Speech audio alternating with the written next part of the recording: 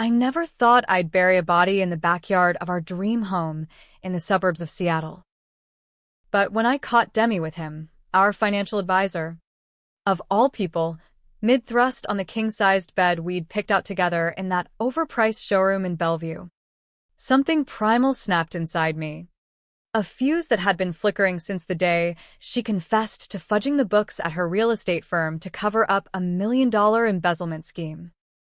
I'd taken the heat for that one, pleading guilty to accessory charges just to keep her out of prison, trading my spotless CPA license for a suspended sentence and 3 years of probation that turned me into a ghost in my own life. And now, as the rain hammered down like God's own judgment on that foggy Pacific Northwest evening, I stood there in the doorway, the bottle of Macallan 18 I'd bought for our anniversary slipping from my numb fingers, shattering on the hardwood like the illusion of our perfect marriage. "How long?" Remy? I whispered, but it came out as a growl, the kind that echoes in your chest long after the words fade. She didn't even flinch, just pulled the sheet up like it was armor. Her green eyes, those damn emerald eyes that hooked me at that rooftop bar in Capitol Hill, locking onto mine with the cool calculation of a poker pro who'd just been caught with aces up her sleeve. "Long enough to know you're not the man I married, Jake," she said, her voice steady as the space needle on a clear day. That was the moment I decided revenge wouldn't be quick or clean. It would be slow, surgical, and so twisted it'd make the tabloids question if justice even exists in this godforsaken country. The drive back from the airport that night, after I'd stormed out, leaving her half-naked and sputtering excuses, felt like navigating a blackout in the Cascade foothills. My knuckles were white on the wheel of the Tacoma pickup I'd insisted on keeping, even when Demi pushed for that shiny Tesla to fit the lifestyle. Lifestyle. What a joke. Ours had been built on lies from the jump, starting 5 years back when we met at that networking mixer in Pioneer Square. Her in a power suit that screamed ambition, me nursing a craft IPA and dreaming of ditching audits for something real, like flipping houses on the side. She'd charm me quick, whispering about her big plans to climb the ladder at Evergreen Properties, how she'd make us millionaires before 35. I bought it hook, Line. and sinker, because who wouldn't? Demi Harper, Demi to her friends, demon to her enemies, as I'd learned, was the kind of woman who could sell ice to Alaskans. 6 months in, we were engaged. A year later, married in a backyard ceremony in Ballard, with craft cocktails and a string quartet that cost more than my student loans. But the cracks showed early. Late nights at the office turned into client dinners, and the money started flowing in ways that didn't add up. When the IRS audit hit, it was like a freight train, discrepancies in the escrow accounts, funds siphoned to offshore shells that screamed fraud. Demi swore it was a glitch, some junior analyst screw-up, but the paper trail led straight to her keyboard. "Jake, please," she'd begged that night in our kitchen, tears streaming as the feds waited in the living room. "If I go down, everything crumbles. The house, our future, gone." I covered for her, forged a few emails, claimed I'd greenlit the transfers as her consultant, pleaded out to a misdemeanor, lost my license, and watched her promotion sail through like nothing happened. She got a corner office overlooking Elliott Bay. I got a job slinging lattes at a drive-thru in Fremont, smiling through gritted teeth at soccer moms who didn't know their soy milk came from a man who'd sold his soul for love. That betrayal festered, but I swallowed it, told myself it was for us. Until tonight. Him, Mark Ellison, slick as a used car salesman, with his veneers and his Rolex that screamed, "I'm compensating." I'd trusted him with our portfolio, let him talk us into high-risk tech stocks that tanked when the bubble burst. Now I knew why our savings were hemorrhaging. He was funneling it to fund their little love nest in Capitol Hill. A condo with views of the Sound that mocked our mortgaged existence. I pulled into the driveway of our split level in Magnolia, the one with the view of the Olympics that we'd toiled for, and sat there in the dark, engine idling like my rage. The neighbors' Christmas lights, early, as always, twinkled mockingly, red and green strobes that made me think of blood and envy. What now? Call a lawyer? Nah. Too pedestrian. Divorce her ass and watch her laugh all the way to the bank with half our assets? No. I needed something that would strip her bare, make her feel the isolation I'd carried for years. The idea hit like black coffee on an empty stomach, expose her. Not just the affair, everyone has those skeletons in Seattle's rainy underbelly, but the fraud. Dig up the proof I'd buried deep in an encrypted drive, the one I'd kept as insurance because even in my blind love, I'd known she was poison ivy wrapped in silk. By dawn, I'd cleared the guest room, turned it into a war room. Laptop humming. I pored over old emails, cross-referenced bank statements with timestamps from her late nights. It didn't take long to connect the dots. Mark wasn't just her lover.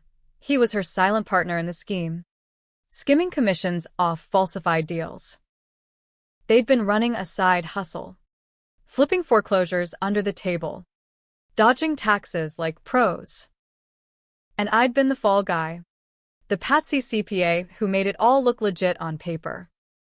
I fired off an anonymous tip to the SEC from a burner account, attaching just enough to light the fuse without burning myself. Then, for good measure, I emailed Demi's boss, a sanctimonious prick named Harlan who'd golfed with us at Chambers Bay, a screenshot of her and Mark tangled up, time-stamped from last week's business trip to Napa. Ask your star closer about her closing arguments, I captioned it. petty? Hell yes. But in America, where the game's rigged for the foxes, sometimes you gotta grow claws. She blew up my phone by 8 a.m. Voicemails laced with venom and tears. Jake. What the fuck? Harlan's calling an emergency meeting. You son of a bitch. I knew you'd crack. I let it ring, sipping black coffee on the deck as ferries cut through the mist on Puget Sound. The city sprawled below, all glass towers and hidden sins, a perfect backdrop for the storm I was unleashing. When she finally showed, banging on the door like the cops were next, I let her in, calm as a mill pond. She looked wrecked, mascara tracks, hair a bird's nest, that red dress swapped for yoga pants, and a hoodie that swallowed her frame. Please, baby, she started, but I cut her off with a raised hand, the one still smelling faintly of scotch from the spill. Sit, I said, pointing to the couch we'd christened on our honeymoon. She did, perching like a cornered animal. I laid it out, the affair, the money trail, how I'd covered her ass once but never again. Her eyes darted, calculating escapes, but I had her pinned. You want out? Fine. But you leave with what you came with, nothing. That's when she flipped the script, the first of many she'd pull. Dropping to her knees, not in supplication, but strategy, she grabbed my hands, voice cracking into that southern lilt she'd faked dropping after Bama. Jake. It was a mistake. Mark. He pressured me. The stress from the job. After what you did, taking the blame, it broke me. I love you. We can fix this. Lies. All of it. But damn if it didn't tug. That old hook in my gut. For a heartbeat, I saw us at 22, road-tripping the Pacific Coast Highway in a rented Mustang, Windows down. her laughter cutting through the salt wind.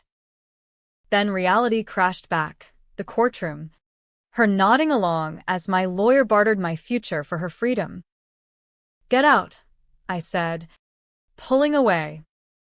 But she didn't budge. Eyes narrowing to slits. "Or what? You'll rat me out for real? Ruin us both." Ah. There it was, the threat, veiled as vulnerability. That's Demi. Always 3 moves ahead. Ready to drag you down if you reach for the ladder. I watched her leave, tail lights fading into the gray morning drizzle. Phase 1 complete. But as I locked the door, a chill hit.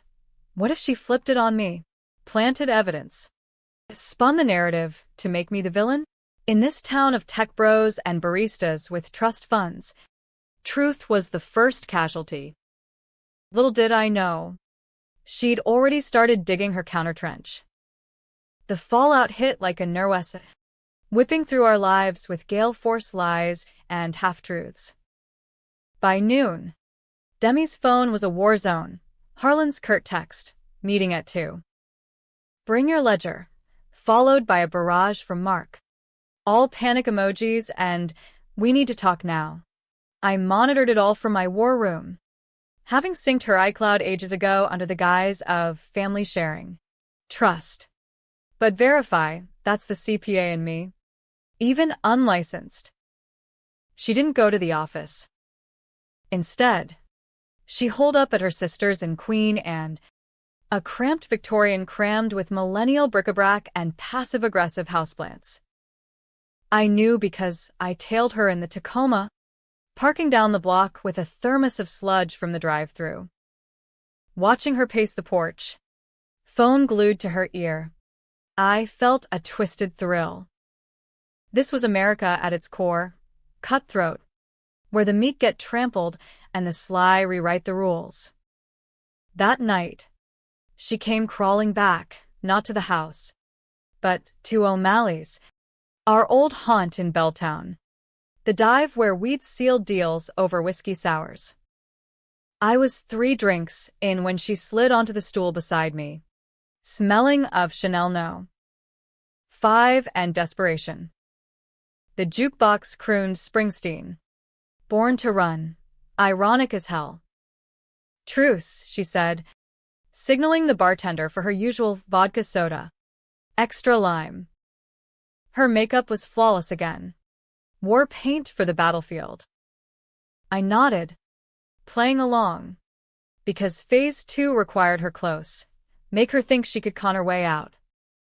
We talked circles, her blaming burnout, me feigning sympathy, until the bar emptied. Last call echoing like a gavel. Outside, under the sodium glow of street lamps, she leaned in, lips brushing my ear. "Take me home, Jake." let's start over." Her hand on my thigh was electric, a callback to simpler sins. I almost broke, almost let the whiskey blur the edges. But revenge is a jealous mistress. It doesn't share. Back at the house, clothes hit the floor in a frenzy, her nails raking my back like she was marking territory. It was raw, reclaiming, but in my head, it was reconnaissance. As she arched beneath me, whispering forgiveness, I memorized the tells, the hitch in her breath when she lied, the way her eyes flicked to the nightstand drawer where she kept her burner phone. Come morning, she was all domestic goddess, pancakes from a box mix, coffee perked just right, plotting her pivot. "We sell the house," she proposed over the Seattle Times. Front page buried under ads for Amazon's latest drone delivery scam. Cash out. Move to Portland. Fresh start. Goo. But I'd already listed it online, undercutting the market by 20% to force a quick sale. Proceeds frozen pending investigation. Her mask slipped then. Fork clattering. "What investigation?" I shrugged, casual as a mariner's rain delay. "The one Harlan's lawyering up for." SEC's sniffing around too. She bolted up, chair scraping like nails on chalkboard. You bastard. This is your doing? Collateral. Demi. You lit the match. I just fanned the flames. She lunged, but I caught her wrists, holding her at arm's length. Up close, she was a storm, fury and fear swirling like the clouds over the Sound.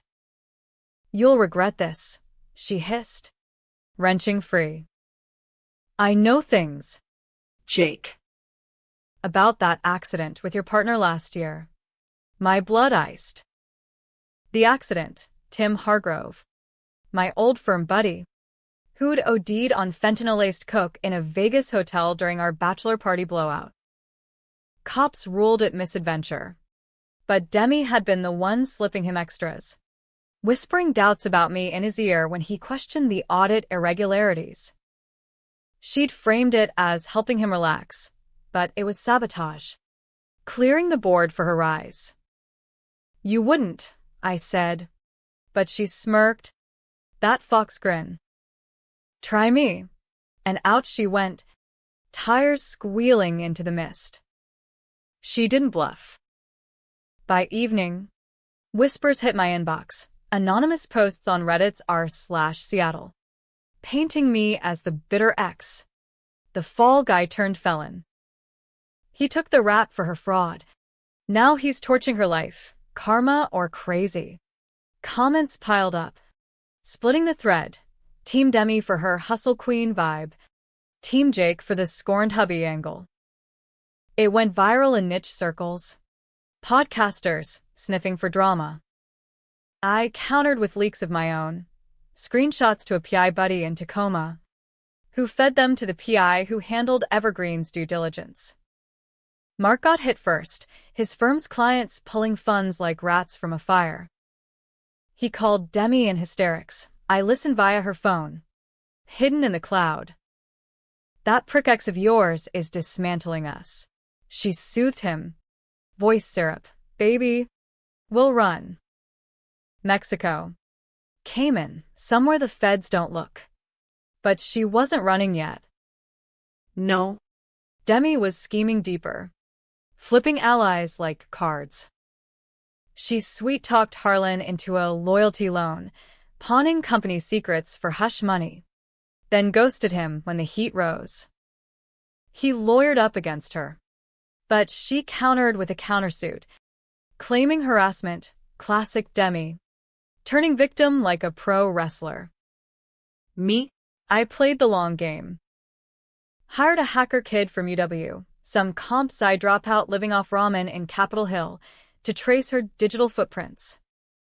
We uncovered the nest egg, $800,000 stashed in crypto wallets, laundered through NFT flips during the boom.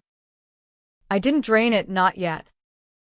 Instead, I mirrored her moves, seeding doubts in Mark's circle. A whispered call to his wife in Bellevue. Ask about the redhead in Napa. The climax brewed that weekend at the Fremont Solstice Parade, Seattle's bacchanal of painted naked cyclists and drum circles, where sins hide in plain sight.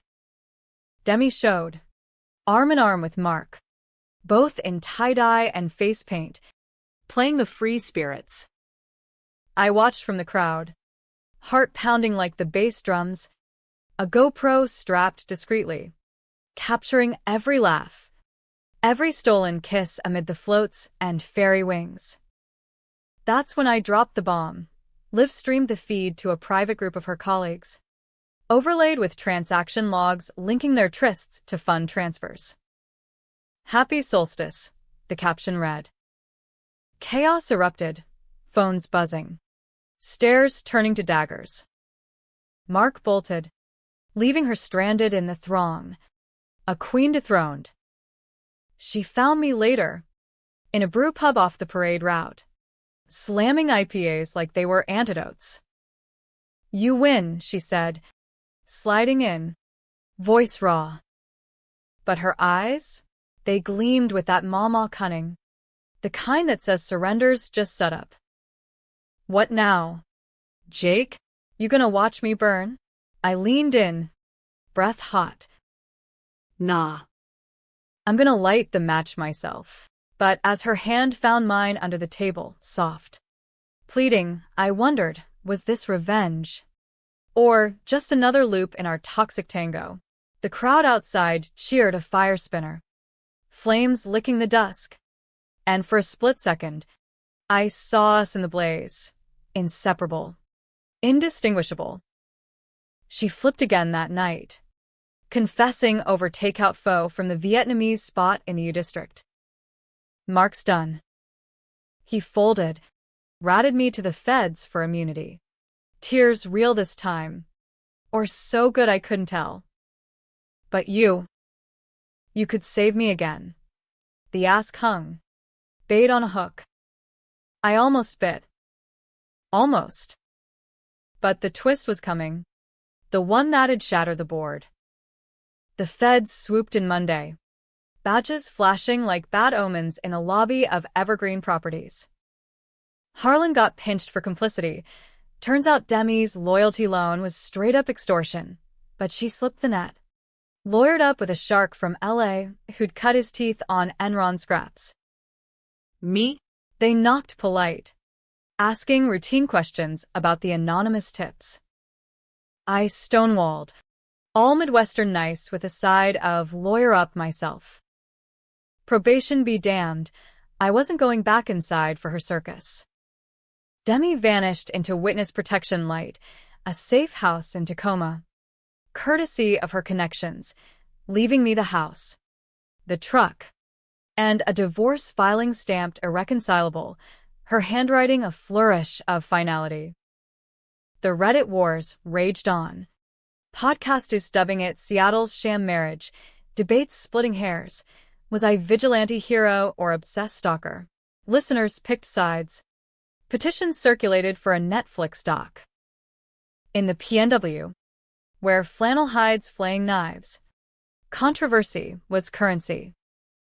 I sold the house quick, pocketed enough to ghost to Spokane, Inland Empire anonymity, apple orchards and quiet rivers far from the sound's siren call. Started over as a bookkeeper for a craft distillery. Numbers neat again, but on my terms. Nights, I'd scroll the feeds, watching her empire crumble. Evergreen shuddered. Mark disbarred and divorced, his wife taking the condo and the dog. But Demi? She resurfaced sly. A ghost in my DMs from a throwaway account. Miss you. Cowboy. Portland's calling. Our fresh start. Attached, a selfie from a brewpub patio. Her in sundress and shades, looking every bit the Phoenix. I blocked her, but the hook tugged. Dreams turned feverish, her laugh in the rain. Our bodies entwined, then twisting into accusations.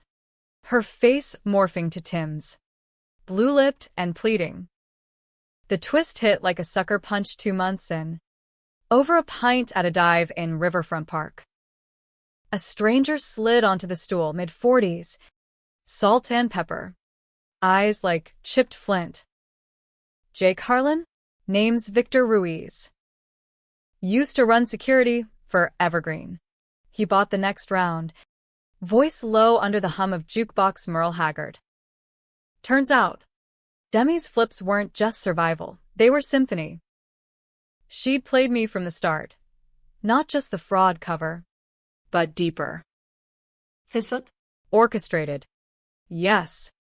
But with my fingerprints, she'd lifted my cufflinks from the hotel safe, planted them at the scene to muddy waters if needed. And the embezzlement? Bait to test my loyalty. A loyalty she'd exploit to frame me fully if I ever turned. But why tell me? I pressed, knuckles white around the glass. Victor smirked, sliding a thumb drive across the bar. She stiffed me on a payout. Figured you'd want the full score. Files spilled, recordings of her plotting with Mark. Not just the affair, but engineering my downfall, poisoning client relationships.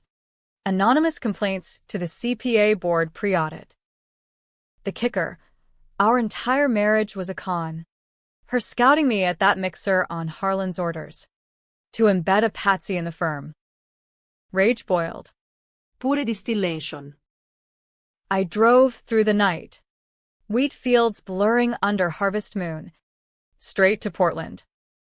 Found her in a Pearl District loft. Courtesy of Victor's Coordinates, high-rise with views of the Willamette. Funded by One Last Score, selling evergreen intel to a rival developer. She answered the door in silk robe, hair tousled like we'd never parted. "Jake," she breathed, surprise melting to seduction. "Knew you'd come. No fight.